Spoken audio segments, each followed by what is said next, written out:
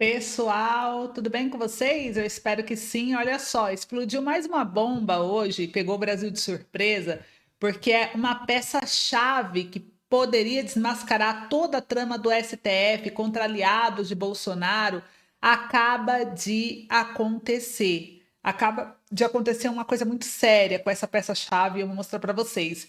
E o assunto tá dando o que falar. Até que ponto chega o autoritarismo do Alexandre de Moraes, dos seus aliados para tentar derrubar o Jair Bolsonaro, que é atualmente o homem mais forte da ala conservadora no Brasil. E que com certeza, né, até mesmo as notícias não, mas as pesquisas vêm mostrando para a gente que ele ganharia, se fosse hoje a eleição presidencial 2026, ele ganharia de todos os outros candidatos.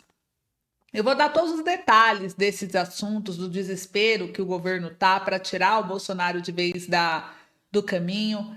Esse assunto pode deixar você completamente chocado, então já vão se preparando aí. E enquanto isso, Lula se encontra desesperado mais uma vez, após uma nova informação aqui que acaba de chegar contra o seu governo. Parece que a população acordou e ninguém aguenta mais o que esse desgoverno vem fazendo com o Brasil. Nem dentro da própria base aliada, Lula consegue manter mais apoio, gente. Ele vem recebendo críticas, sabe até de quem? Do próprio MST. Acreditem se quiser. Eu vou trazer para vocês aqui todos os detalhes. Então, se inscreva no canal, ativa o sininho de notificação, compartilha e bora lá para as notícias. Eu vou compartilhar minha tela, mostrando a primeira notícia já para vocês aqui. Deixa eu mostrar minha tela aqui para vocês verem junto comigo. Olha só, estão vendo aí? Gente, sabe aquele general que diz ter ajudado a barrar o golpe? Ele negou ser informante de Moraes. O negócio está esquentando, né? Saiu aqui no CNN Brasil, o general Valério Trindade, um dos que operou para barrar o plano de tentativa de golpe do Estado, rejeitou internamente no Exército a acusação que ele seria um informante do ministro do STF, Alexandre de Moraes. Bolsonaristas sugerem que havia um leve trás de Moraes no Exército ao citar algumas mensagens trocadas pelo então ajudante de ordens de Bolsonaro, Mauro Cid, com interlocutor e presentes no relatório do caso da Polícia Federal. E o nome desse general foi mencionado como possível elo com o então presidente do TSE.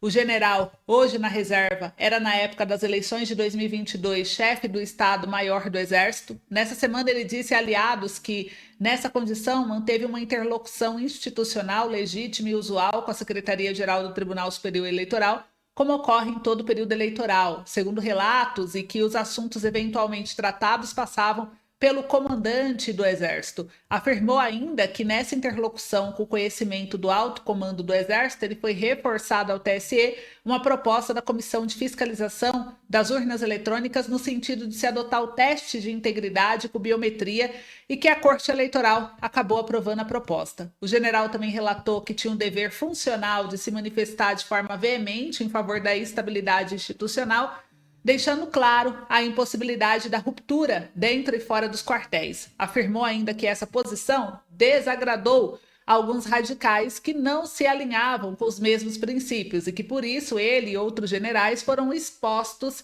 em veículos alinhados a Bolsonaro. Então, olha só o posicionamento desse general. Eu quero fazer uma reflexão rápida sobre esse assunto aqui com vocês e a gente já vai falar da próxima matéria. Mas eu queria refletir aqui junto com vocês a respeito disso e saber aí a opinião de vocês, né? Quando a gente olha esse caso, essa notícia envolvendo esse general Gustavo aí, né, Menezes, acusado de ser um possível elo com o ministro Alexandre de Moraes e supostamente pressionado a delatar o ex-presidente Jair Bolsonaro, é um capítulo preocupante no atual cenário político brasileiro, porque essa narrativa parece um pouco orquestrada para enfraquecer a base conservadora, até mesmo porque ele foi cotado pelo Lula em 2022, né, para assumir o exército. Então, assim, é alinhado do presidente atual. Então, não faz muito sentido tudo o que está acontecendo, pelo menos na minha opinião, né? E para mim isso daí parece uma narrativa orquestrada mesmo para enfraquecer a base conservadora, dar continuidade ao processo de criminalização de qualquer oposição ao atual governo, e essa menção dele levanta algumas dúvidas legítimas sobre suas intenções, as ações nos bastidores. Generais ocupam posições estratégicas e, historicamente, muitos são peças fundamentais em articulações que vão além de suas atribuições institucionais, mas nesse caso não seria surpreendente que ele estivesse sendo usado consciente ou inconscientemente em uma tentativa de desestabilizar a imagem do Bolsonaro. Entre as possíveis situações em que esse general poderia estar envolvido para prejudicar Bolsonaro, destaca aí o vazamento de informação confidencial, né? Plausível, porque ele tinha acesso privilegiado a reuniões, documentos sensíveis, então pode ser usado com base nisso para dizer que, como ele tinha acesso às informações estratégicas, então eles podem criar essa narrativa. A intermediação de diálogo com Moraes, se o general realmente atuou como intermediário entre Bolsonaro e Moraes, a depender do teor das conversas, podem manipular os fatos aí para alimentar acusações contra o ex-presidente. A pressão para adotar o discurso anti-Bolsonaro, né, gente? Isso é muito claro, essa pressão que supostamente sofre para delatar, inclusive, Bolsonaro. E isso pode ser uma forma de coação, como alguns advogados da área penal trouxeram, para transformar um general talvez leal em mais um instrumento da oposição política. A colaboração com o STF, há especulações de que figuras militares tenham cooperado com o judiciário em estratégia para desarticular qualquer movimento que pudesse ser interpretado como uma tentativa de golpe. Se for verdade, essa postura pode ser vista como uma traição à confiança depositada por Bolsonaro em seus aliados militares, né? Mas esse episódio se soma a uma série de ações que parecem buscar não apenas deslegitimar o Bolsonaro, mas também qualquer movimento que questione o atual governo ou o ativismo judicial do STF. A pressão sobre figuras militares para entregar o ex-presidente reflete um ambiente de perseguição política, onde a oposição é demonizada a qualquer narrativa que favoreça e rapidamente silenciada ou invertida, né? Então, a gente precisa acompanhar mais de perto e a gente está acompanhando para poder trazer para vocês. Agora eu vou trazer mais uma notícia. E essa daqui, gente, é uma bomba, né? Olha isso. Saiu aqui, a Jovem Pan News trouxe essa matéria, que o MST intensifica invasões de terras em protestos contra Lula. Ou seja, o MST, que é aliado de Lula, intensificou invasões de terra em protesto contra o próprio governo. As ações fazem parte da mobilização denominada Natal com Terra, que visa pressionar o governo a agir em relação à reforma agrária. Então, a insatisfação com o presidente Lula do PT tem levado o movimento dos trabalhadores rurais sem terra a realizar invasões de terras em diferentes regiões do Brasil, como Rio Grande do Sul e Pará, e no estado gaúcho, 2 fazendas em Pedras Altas estão ocupadas por famílias acampadas, enquanto em Porto Alegre, militantes se concentram na sede do Instituto Nacional de Colonização e Reforma Agrária, que é o INCRA. No Pará, a estrada de ferro Carajás, em Paraupebas, foi bloqueada. Essas ações fazem parte de uma mobilização denominada Natal com Terra, que visa pressionar o governo a agir em relação à reforma agrária. Na sede do INCRA, cerca de 1.500 famílias exigem assentamento, alegando que estão há mais de uma década sem avanço nos processos de reforma agrária. O INCRA, por sua vez, informou que aproximadamente 200 manifestantes estão acampados em suas dependências, mas não recebeu nenhuma pauta de reivindicação. O MST tem solicitado não apenas a aceleração da reforma agrária, mas também a demissão do ministro do Desenvolvimento Agrário, Paulo Teixeira. O governo, no entanto, justifica que enfrenta limitações orçamentárias que dificultam a implementação das demandas. Desde o início do 3º mandato de Lula, a relação entre o governo e o MST tem se deteriorado, com um aumento significativo das invasões de terras, totalizando 35 ocorrências só esse ano, o que representa um crescimento de 150% em comparação ao ano anterior. Além disso, os investimentos do governo Lula III em reforma agrária têm sido consideravelmente inferiores aos de administrações anteriores do PT, com uma média de recursos pelo menos 5 vezes menor. Essa situação tem gerado um clima de tensão entre o MST e o governo, refletindo a insatisfação dos trabalhadores rurais com a lentidão nas políticas de reforma agrária. Então, olha o que saiu aqui no Jovem Pan News, gente, essa matéria. E isso nos traz aí uma reflexão importante sobre esse assunto, que é, na verdade, na minha opinião, um tema muito grave e que a gente tem que falar sobre, porque o governo Lula, que historicamente mantém vínculos ideológicos com movimentos sociais como o MST, aparenta adotar uma postura meio leniente frente aos atos que, na prática, configura crimes de invasão de propriedade. Essa omissão ou mesmo complacência, né, eu diria, transmite uma mensagem perigosa, a de que direitos fundamentais, como de propriedade privada, podem ser ignorados por motivações políticas.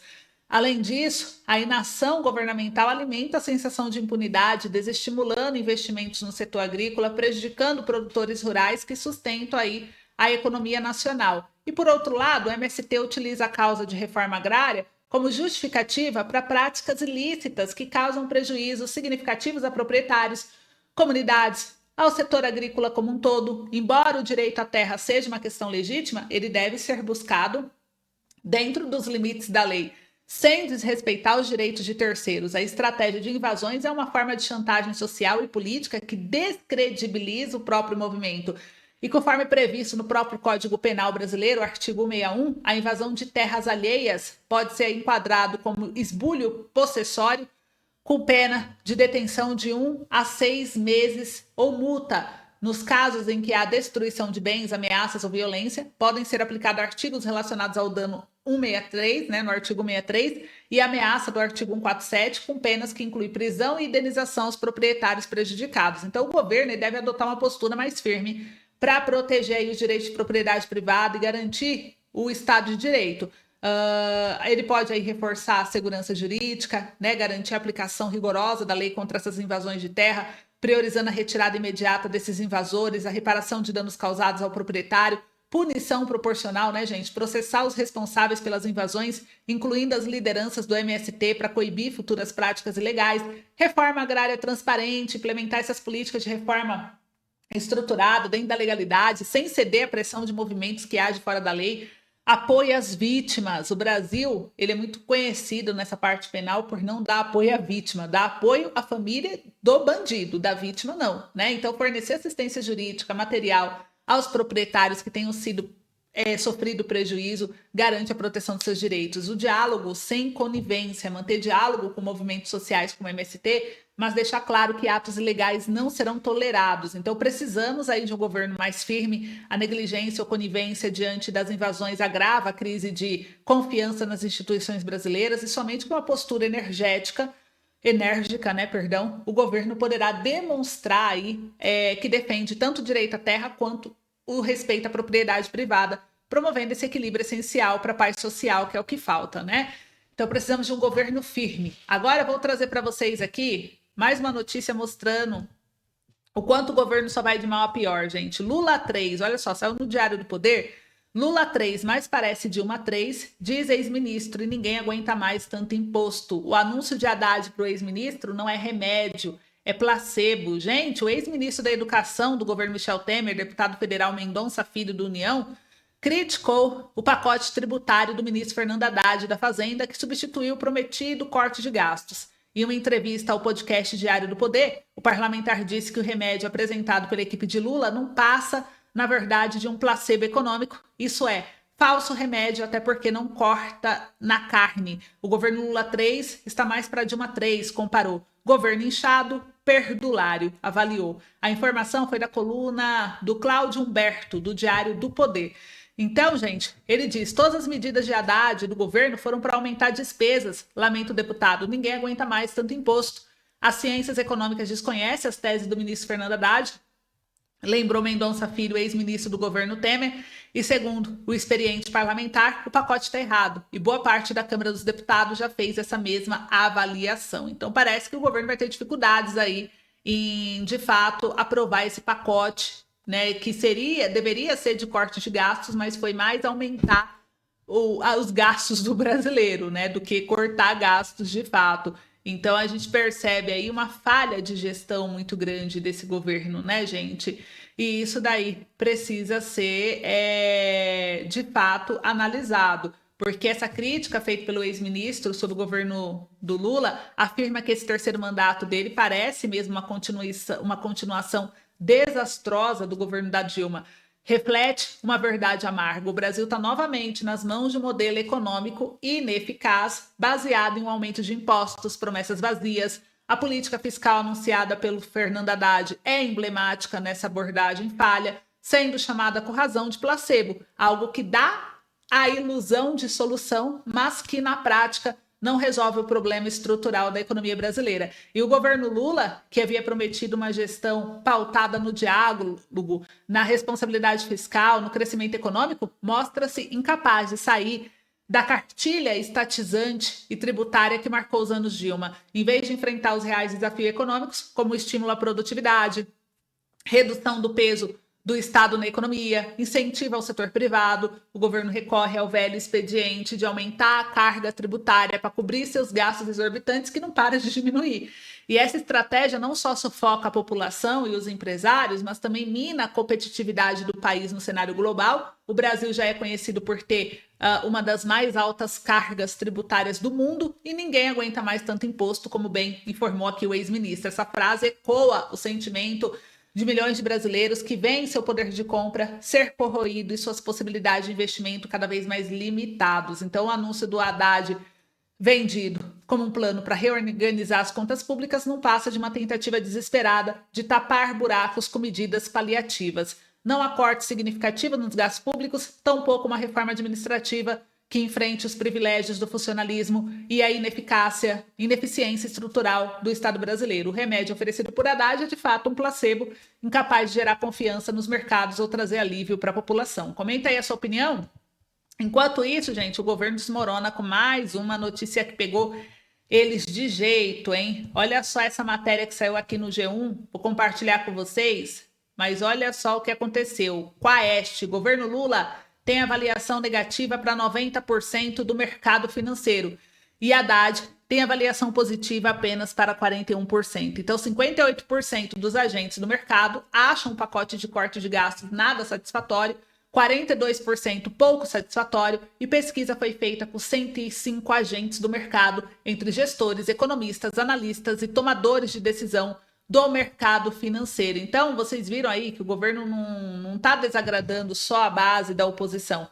Ele está desagradando o mercado, os investidores, o que pode fazer o Brasil de fato crescer. Então, o governo, essa notícia foi bem ruim para ele e é o que aconteceu. E agora, gente, olha aqui, notícia bomba. Morre aqui uma peça crucial na investigação do Homem-Bomba, né? Como ficou conhecido. Sabe aquela ex-mulher do autor de atentado contra o STF? Pois é, olha só, ela morreu 16 dias após o incêndio na residência em Santa Catarina. Isso aqui não é chocante para vocês? Comenta aí que eu quero saber. Daiane Dias tem 41 anos. Segundo aqui a polícia, né? Segundo os jornais, ela ateou fogo no imóvel propositalmente, segundo a polícia, e sofreu queimaduras de primeiro, segundo e terceiro graus. Algumas pessoas dizem que acreditam que isso foi tramado e que não foi ela que ateou fogo, foi uma queima de arquivo. Imóvel em Rio do Sul era onde vivia Francisco Vanderlei Luiz, o tio França conhecido. E aqui, gente, olha, mostra aqui a foto dela, né? Aqui embaixo diz que o nome dela é Daiane Dias, ela é ex-mulher do Francisco Vanderlei, que é o autor do atentado contra o STF, que morreu na madrugada da terça-feira do dia 3, após 16 dias internada na UTI. Ela, segundo a mídia, ateou fogo propositalmente, segundo a polícia, na casa onde vivia no Rio Grande do Sul e sofreu queimaduras graves por todo o corpo. A morte foi confirmada pela Secretaria de Saúde de Santa Catarina. Daiane estava internada no Hospital Teresa Ramos, em Lages, unidade de referência para atendimento de queimados. E a direção do Hospital Geral Teresa Ramos, de Lages, informa que a paciente faleceu na madrugada da terça-feira, 3 de novembro, devido a complicações no seu quadro de saúde. Prontamente, o óbito foi comunicado à família e acionado a Polícia Científica de Santa Catarina. E o incêndio na residência aconteceu na manhã do domingo, do dia 17 de novembro, 4 dias após o ataque do tio França, apelido usado por ele nas redes sociais, na sede do STF. No dia seguinte ao atentado, 14 de novembro, ela foi ouvida pela Polícia Federal na investigação que apurou o ato. Na ocasião, disse aos policiais que Francisco queria matar o ministro Alexandre de Moraes e quem mais estivesse junto na hora do atentado. Só que ela morreu, né? Então, disseram que a polícia disse que ouviu ela, então o STF ouvia, julgar o caso como atentado à democracia, estava querendo vincular o caso aos atos do Bolsonaro, mas ela morreu. Uma peça-chave para o processo. Então ficou o quê? Só o depoimento, que eles dizem ser legítimo, né, dela. E aí fica no ar, né? O que vocês acham disso, hein? Foi queima de arquivo ou vocês acham que de fato foi, infelizmente, uma mera coincidência? Comentem aí que eu quero saber. Então tem muita coisa ainda que vai acontecer e eu vou trazer tudo aqui em detalhes para vocês. Então fiquem atentos.